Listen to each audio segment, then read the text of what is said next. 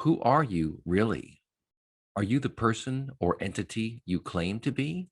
That's a big question in the world of financial services. You'd think it's a problem solved, but it isn't. Identity resolution remains a big challenge around the world, and there are trillions of dollars at stake. The future is here already. It's just not evenly distributed. Yet. Today's world teems with innovation. The nexus of hardware, software, and human ingenuity promises a revolution in possibilities. What does tomorrow look like? Witness Future Proof. Yours truly, Eric Kavanagh here. Folks, we live in interesting times, right? There's a famous Chinese expression that says, may you live in interesting times. And it's not exactly a well wish. It's kind of a sarcastic comment that you would say to someone you don't like as a way of perhaps portending that they're not going to do so well in this crazy world. And we live in a very, very interconnected and crazy world today. We're going to talk today about surveillance capitalism. We're going to talk about ID resolution, like who are you really? Also, who are you as an organization? What is your legal entity? How do we know it's you? How do we know who we're dealing with? These are all big, big questions to be tackled. And alternative data is all related into this as well. And I've got a good old friend of mine, Alan Grody, on the line today from Financial Intergroup. This guy's been around for a while. He's been a real mover and shaker on Wall Street for years. And Alan, thanks so much for joining the call today. How are you doing today? I'm just doing fine. Post COVID, everything is ginger peachy. Everyone's walking around, bumping into each other on Times Square. It's looking like the old days in New York City. Well, that's very good news, because New York is the beating heart of the American economy. It has been for the last couple hundred years, for sure. And it was really sad to see the city taken by this pandemic and the impact of that. A lot of people have left. A lot of young people have left. A lot of businesses closed, restaurants, certainly. And that's no fun to deal with, but it's time for the rebirth, to your point. And I think it's time to really figure out how to grow back into this new world of ours that is so heavily connected, that is so heavily laden and driven by data, quite frankly. And you've been working on that for a long time. So I wanted to just kind of set the context here, folks, with some news of the day, if you will, or of the month. We've had these huge hacks lately. They're incredibly disruptive. You had the Colonial Pipeline going down. We have, of course, JBS, this big meatpacking company, hacked. Martha's Vineyard, the ferry to Martha's Vineyard, was hacked for ransomware. Now, think about it. How does ransomware get in there? Well, someone sneaks into your system, a lot of times pretending to be you. So this gets us to the concept of identity and knowing who is someone. I think we're all kind of tired of CAPTCHAs. I've noticed them even on web browsers lately. When I'm trying to log into some system that I use, it throws that CAPTCHA at me and asks me to select which images have a picture of a car or a street light or something. It's very frustrating, but they're trying to tackle this challenge of identity resolution. And Alan, I know you've been working on this for quite a few years now in the legal entity space. So for the benefit of our audience, could you just give some quick background on your mission as regards identity resolution for traders in particular, and what you've been working on lately? Well, I came to focus on identification through the recognition over my 50-year career in financial services that we still hadn't gotten our standards for identification correct for the big institutions that trade across the world.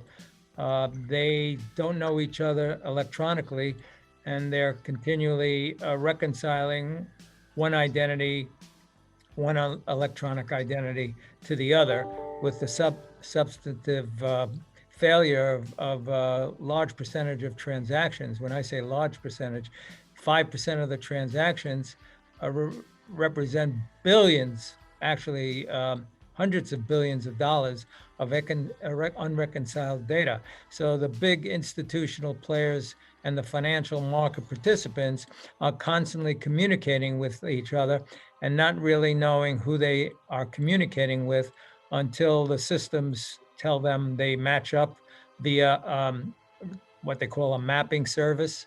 which is many different services provided, lots of opportunity for mismatches and lots of opportunity for big money transactions to go awry.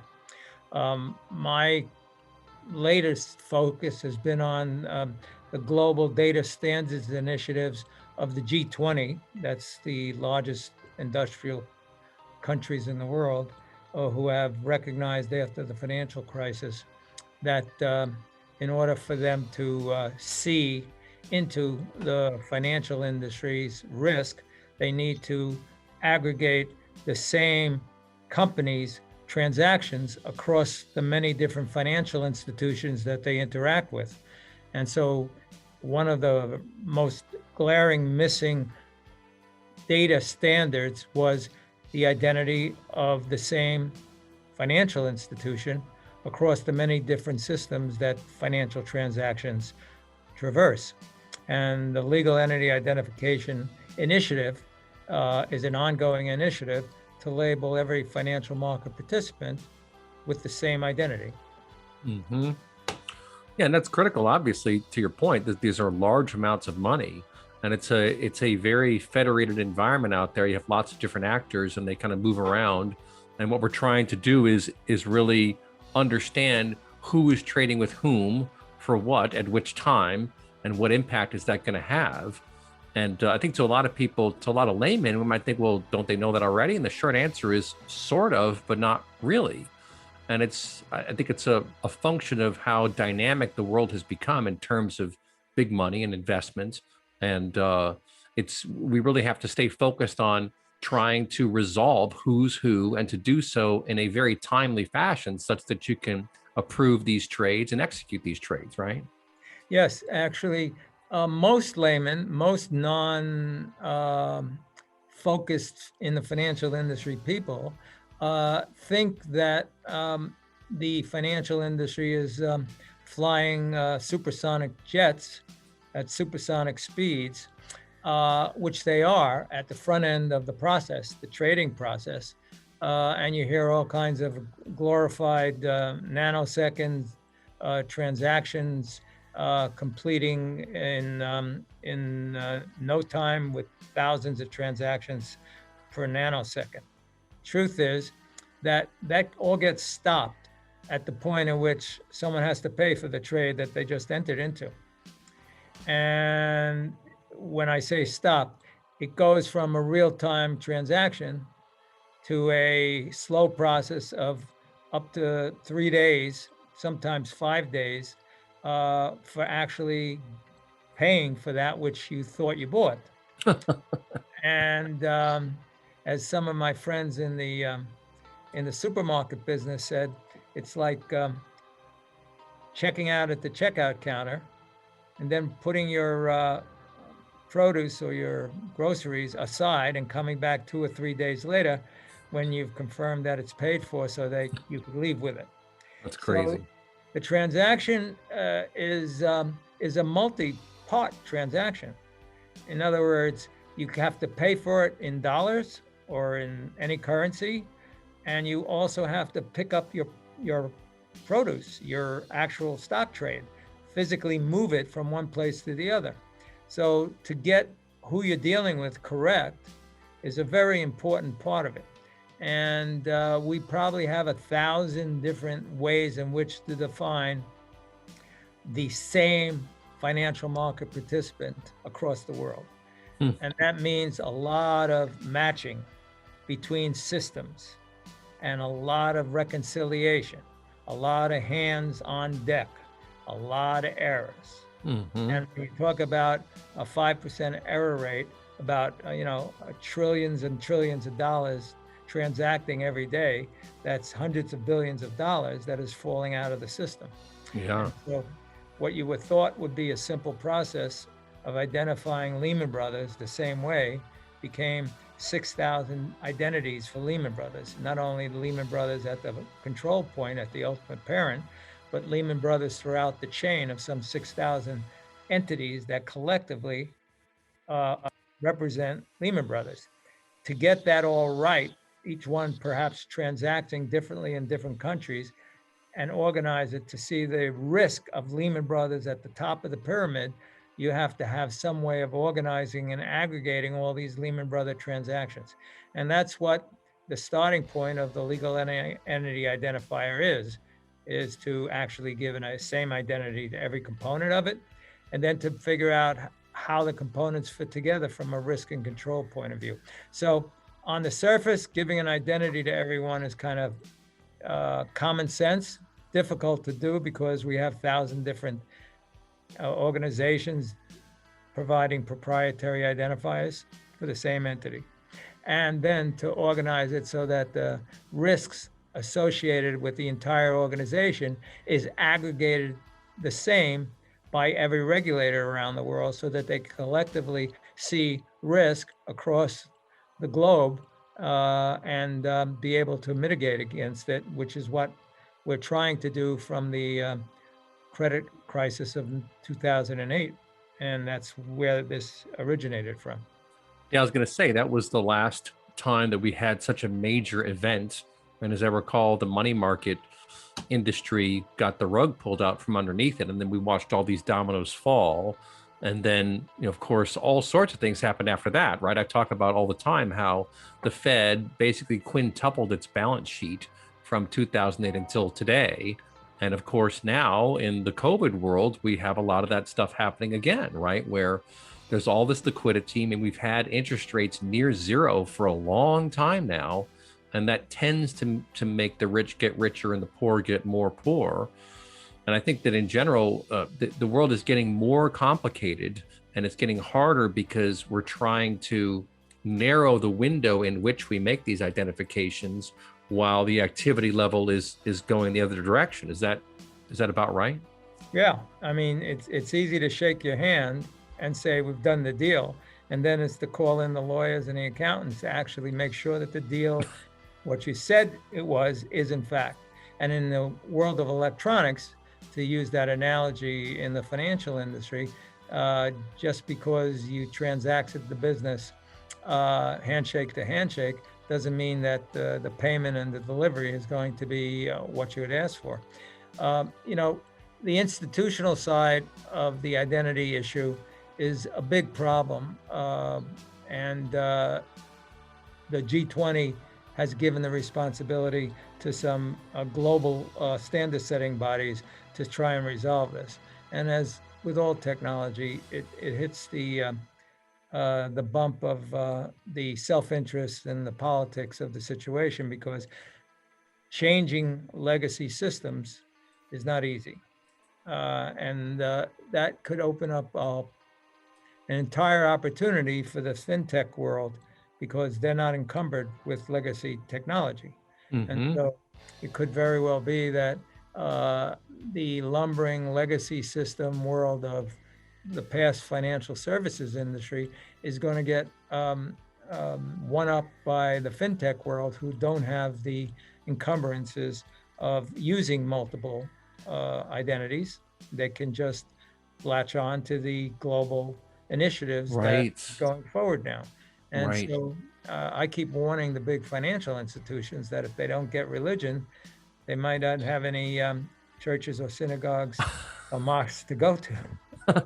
That's fun to mix those metaphors. That's very interesting. But you bring up a really good point about fintech. I often use the example of sending money across coast to coast, right? Western Union. If you think about what Western Union did, let's say even 5 to 10 years ago, well, they made a lot of money in helping you send money to either your kids or your friends or your colleagues across the country.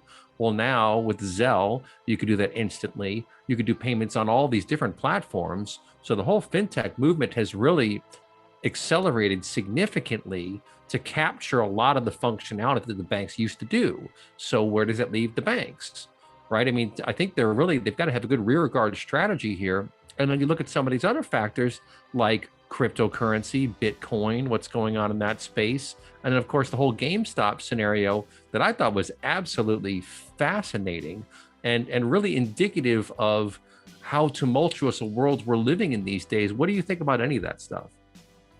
Well, we are in the digital age.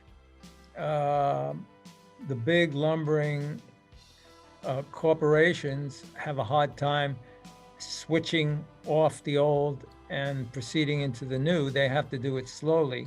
And that gives the fintech world an opportunity to move more rapidly than they could. It's almost like the countries of the world that never invested in terrestrial lines for telephones or television, now Right. having no need to do that because there's all Right. the satellite transmissions, Right. cellular networks, etc. So none of the big financial institutions have actually made their commitment to sort of get with it and be moved into the digital world. They're all experimenting with it, thinking that they have plenty of time. You know, they're big, they've got the money, they could buy up these fintechs um, as they arise. But that was also said about the internet space. And look at Amazon now, Yeah. and look at eBay, Yeah, and that's right. look at all these platforms, and look at the advertising world, Yeah. how it's changed. Look at the music world, how it's changed. Yeah. I mean, I would look at the broadcast world and how it's changed. Look at the news paper, Everything. everything Everything. changed. And the financial services industry is sitting there with a huge amount of investment in technology, and they just can't move as quickly as the new startup guys, and Yeah. that's going to be a problem for them.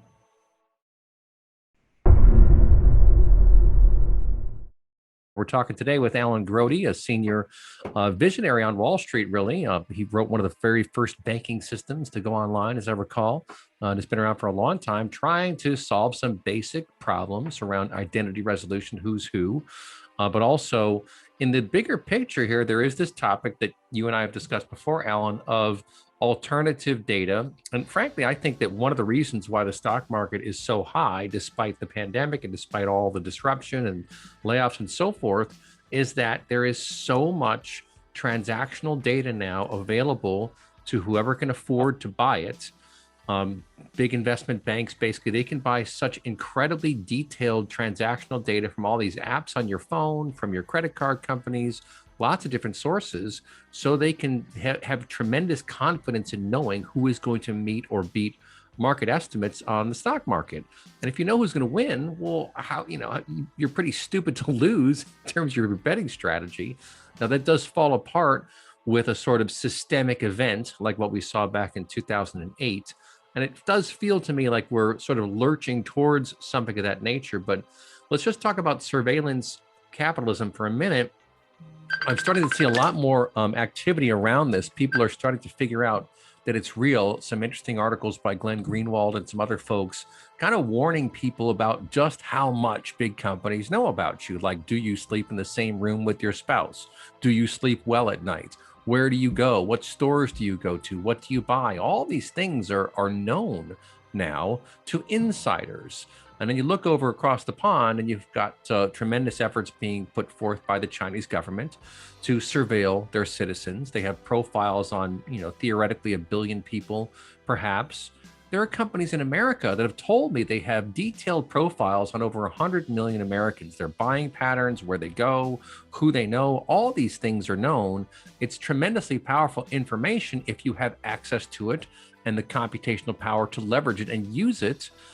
So I think there's a lot of education that needs to happen here in America, but then, like I say, over across the pond, and these are bleeding back and forth, these tendencies and these sort of cultural norms. But I see a lot of concern out there about this awareness that organizations and governments have, specifically around personal freedoms. What are your thoughts about surveillance capitalism and then the surveillance state that we're seeing in Asia?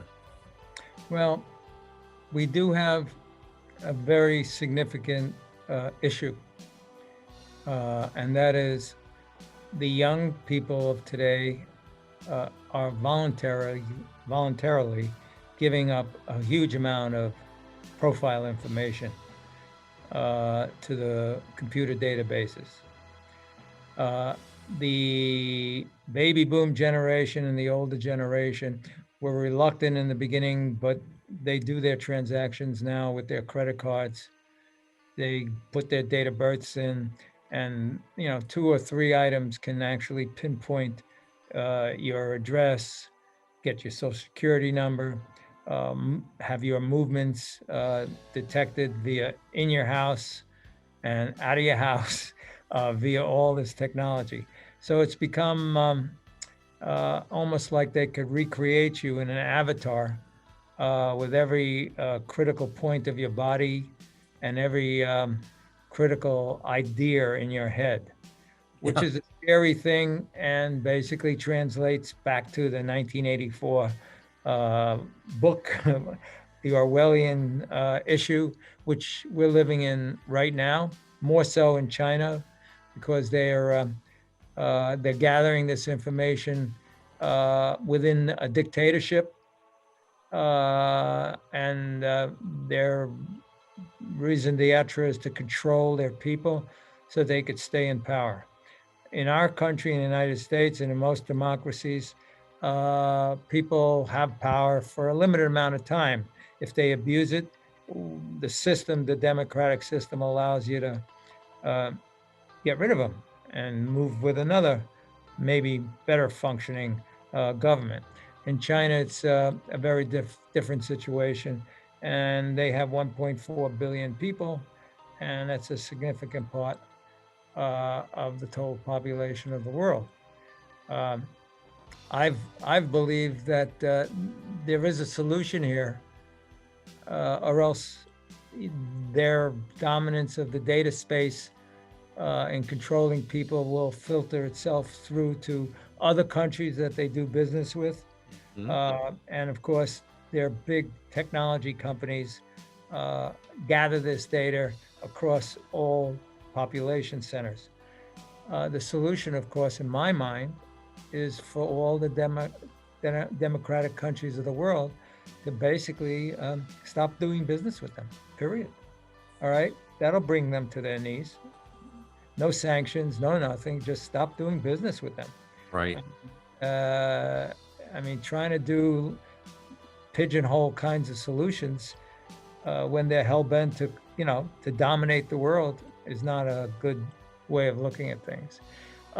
This all sort of got started when the internet broke through and became such a popular communications instrument.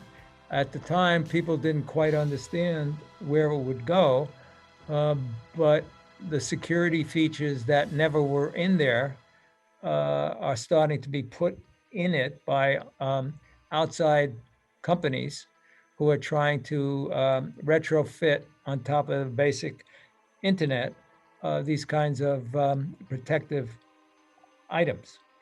The problem, of course, is those people who are doing it have their own self-interest, not to clobber their own business models. So Apple, while they're giving you features and functions to opt out of this or that, or Facebook and so on, the reality is we've gotten so used to the features and functions that we bypass the opt-outs just to get the information that we need.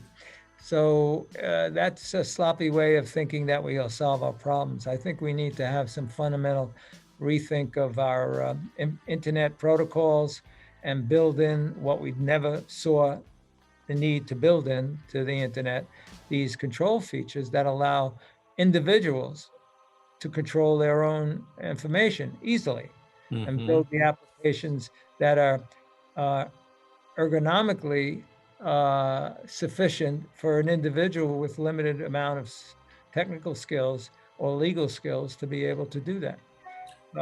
That's a really good point you just made there, because it requires technical skills and, to your point, legal awareness, right? Like we're starting to see now on the web when you go to various sites, someone joked that the upshot of all this privacy momentum is that now we have messages from the website saying we use cookies, click accept cookies or modify or whatever, which is kind of viewed as a pro forma hurdle to get over these days. And of course, there is talk of ending cookies and not using them anymore, which means you'll have to do things in a very different way And this all kind of speaks to just the quicksand that we're standing on right now. You can't stand on quicksand, right? You get sucked into it and it's hard to get out. And I think that's what we're seeing with, to your point, the internet and things like privacy. I mean, you look at GDPR, and while I appreciate the vision and what they're trying to effect, and I think there are some very positive effects from that movement, nonetheless, to a certain extent, it's like privacy is out the window.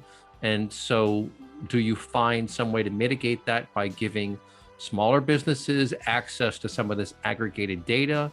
That's an idea I threw out a number of years ago that would say, by policy, if a bank or credit card company or even an app company is going to sell personal data as their line of business, as a revenue model for them, they should give some sort of rolled up version or aggregated version of that to a public facing, I call it a transactional data lake. And that way we can all kind of see what's really happening out there. Because right now, I mean, the analogy I use on the market is if you're playing poker with three of your good friends, and the rule is that you can see all their cards through cameras on their shoulders, but no one else can see your cards or each other's cards. Well, how are you going to lose? You're not going to lose. And so that's the direction I see this going. And there are lots of implications of what this all means. I've heard stories, not to get too far afield here, of BlackRock moving into lots of neighborhoods and buying up single family homes. The housing market is on fire right now because guess what? There are lots of people who are stretched thin. And so it's a buyer's market for someone who has the right data. But to me, that the playing field is unleveled, and it's getting worse, not better, over time. And I think if you look across the pond, you can see straws in the wind here that we don't really want to see here in the States. I mean, you think about it, you mentioned 1984, or Aldous Huxley, Brave World, very similar sort of themes in these books. And if you're a dissident these days, as we've seen with this Capitol riot issue from January 6th, they're using facial recognition software. I heard a story that Bank of America turned over all this transactional data to the Fed so they could track these people down. I don't condone what those folks did by any means, but we're kind of seeing the early phases of that kind of sort of draconian treatment of citizenry.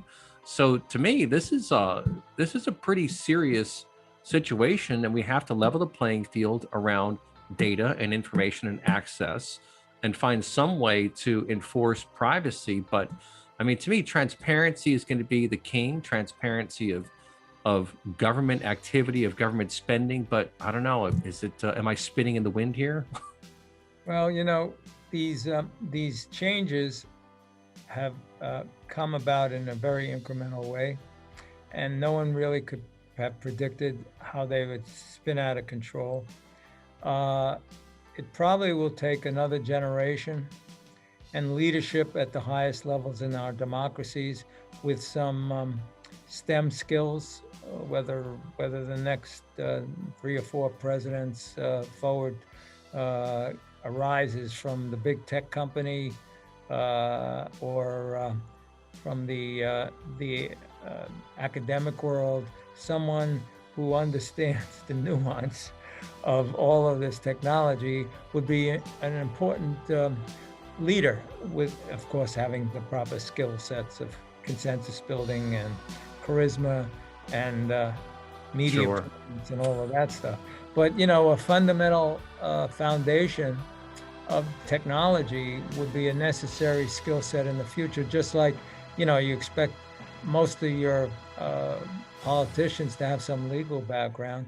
That's probably got us more in trouble than not, in terms of their training for